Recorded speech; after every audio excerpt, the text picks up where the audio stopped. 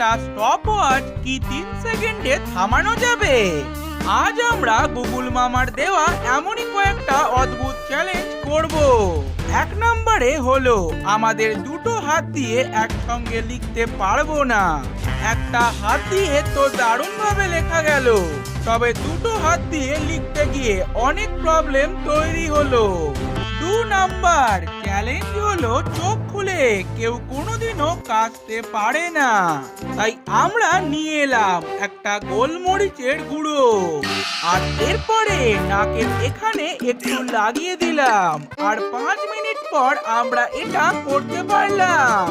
আর এরপর হলো আমরা একটা জলের বোতলকে একবারে ফ্লিপ করতে পারবো না। আর এবারে হলো একটা স্টপওয়াচ কি 3 সেকেন্ডে থামানো যাবে, তবে আমরা এটাও করতে পারলাম।